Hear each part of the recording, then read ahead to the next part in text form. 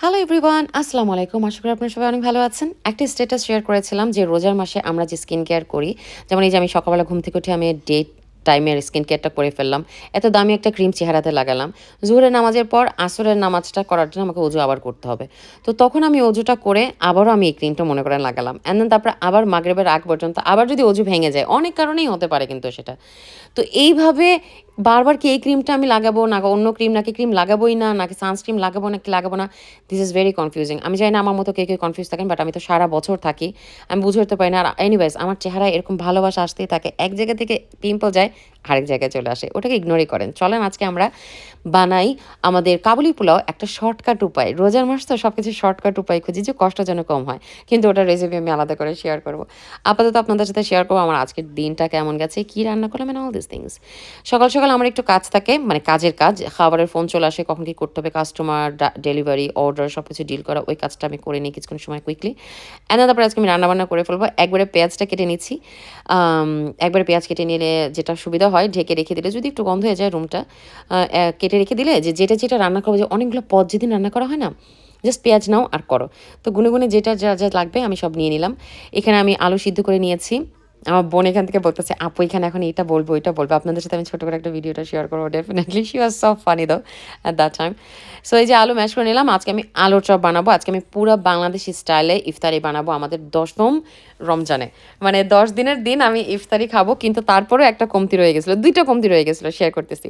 তো এখানে আমি মিন্ট লিভস, ধনিয়া পাতা, কাঁচামরিচ, পেঁয়াজে দিয়ে দেবো। এভাবে আলুটা একটুখানি করে নিব। সো ভাজা পেঁয়াজ মরিচ দিয়ে করলাম। বাই দিস টাইম আমি একদম পুরা মিসকারি হয়ে রাস্তায় বের হয়েছি। আমার শরীরে পুরা পেঁয়াজ যে ভাজছি আর করছি, ওটার স্মেল আমি নিজেই পাইতেছিলাম, but it's okay, doesn't matter, খাবার খুশবু এটা। তো আমি নিচে গেলাম, দেখি কী আছে। তো মিষ্টি আলুটা পেলাম, মিষ্টি আলুটা নিলাম সেলে। মিষ্টি আলু কিন্তু খুবই ভালো আমাদের জন্য, আর ওরই আমার ঘরে থাকতেই হয় আমাদের ছোটো মেয়ের জন্য। তো এরপরে নেওয়ার পর আমি গিয়েছিলাম বেগুন নিতে। বেগুন নিতে দিকে দেখি, দেখেন ওই যে দেখা যায়, দেখছেন খালি হয়ে আছে। ম্যানেজারকে জিজ্ঞেস করলাম, বলে দেখি ভেতরে একটা ঝাঁকা আছে কিনা। ভেতরে গিয়ে চেক করলো, এখানে এসেও চেক করলো, না, আজকে আমার কপালে বেগুনি নাই। তার মানে বাংলাদেশি স্টাইলে, মানে বাংলাদেশি ইফতারির প্লেটে যা যা থাকে সেটা মধ্যে বেগুনি থাকছে না। বাট আলহামদুলিল্লাহ আমাদের ছোলা বুট আছে। সে ছোলা বুটটা যেটা, ওটা আমি করে ফেলবো। বাচ্চা দুজন স্কুল থেকে চলে এসেছিলো, ওদেরকে খাওয়া দিয়ে দিয়েছিলাম। এরপর আরিশ চলে এসেছে আমাকে হেল্প করার জন্য অ্যাজ ইউজুয়াল। ও শরবতটা বানিয়ে ফেলে কুইকলি। আমাকে একটু চাল ধুয়ে দিল। তো আজকের কাবুলি পোলাওটা না মাস্ট আপনারা ভিডিওটা দেখবেন, আমি আগামীকাল ইনশাল্লাহ শেয়ার করব। খুব ইজিভাবে করেছি। আর এখানে যেটা হচ্ছে, আমি ডালের বড়া করে নিচ্ছি। এতে হলুদ, মরিচ, জিরা, ধনিয়া, একটু আদা রসুনের পেস্ট, কাঁচামরিচ, পেঁয়াজ, ধনিয়া পাতা দিয়ে দিয়েছি। পেঁয়াজটা থেকে যতটুকু পারবো রস নিংড়ে নিংড়ে বের করে নেবো, তাহলে টেস্টটা অনেক ভালো হবে। তো এরপর ছোটো ছোটো করে ভেজেছি, কিন্তু আজকে ডালের বড়াটা না আমি বেশি ম্যাশ করিনি, কিন্তু ছোটো করে ভাজছি, যেটা উল্টা হয়েছে, ভুল হয়েছে। তো কাবুলি পোলার চেহারাটাতে দেখলেনি, লোভ লাগলে আমি যাই না, একটু অপেক্ষা করতে হবে। আর এখানে হচ্ছে যতটুকু আলুর চপ, 4টা আলুর চপ, একটু বেসন ছিল, ওটা রেখে দিলাম। বাকি জিনিস ভাজা শেষ।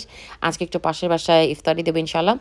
তো জিনিসপত্র কিনে ফেললাম। এরপর মুড়ি, আমার বাসায় মুড়ি ছিল না, আমি পাশের বাসার ভাইকে বলছি, জোহর যখন পড়তে গেছে জুম্মা আর কি, বলছি ভাই আমার জন্য নিয়ে আসলাম, আমাকে টাকা দিয়ে দেবো। আর আমার হাজব্যান্ডও শুনছে এটা, আমার হাজব্যান্ড আবার পরে আবার এত বড় মুড়ি আনছে, এখন আমার ঘরে মুড়ি মাশাল্লাহ। একটুখানি রাইস পাশে পাশে ভাবিকেও দিয়ে দেবো। আর আমার মুড়ি মাখা ফাইনালি খেয়েছি, বাট এটাতে বেগুনি আর জিলাপি কম ছিল, বাট তারপরেও আলহামদুলিল্লাহ যে খেয়েছি। অনেক সুন্দর একটা দিন গেছে, রহমতের একটা দিন গেছে। সবার জন্য অনেক দোয়ার ভালোবাসা রইলো, আমাদেরকে দোয়াতে অবশ্যই মনে রাখবেন। দেখা হবে পরবর্তী ভিডিওতে। আজকের জন্য এখানে বিদায় নিচ্ছি, আল্লাহ হাফেজ।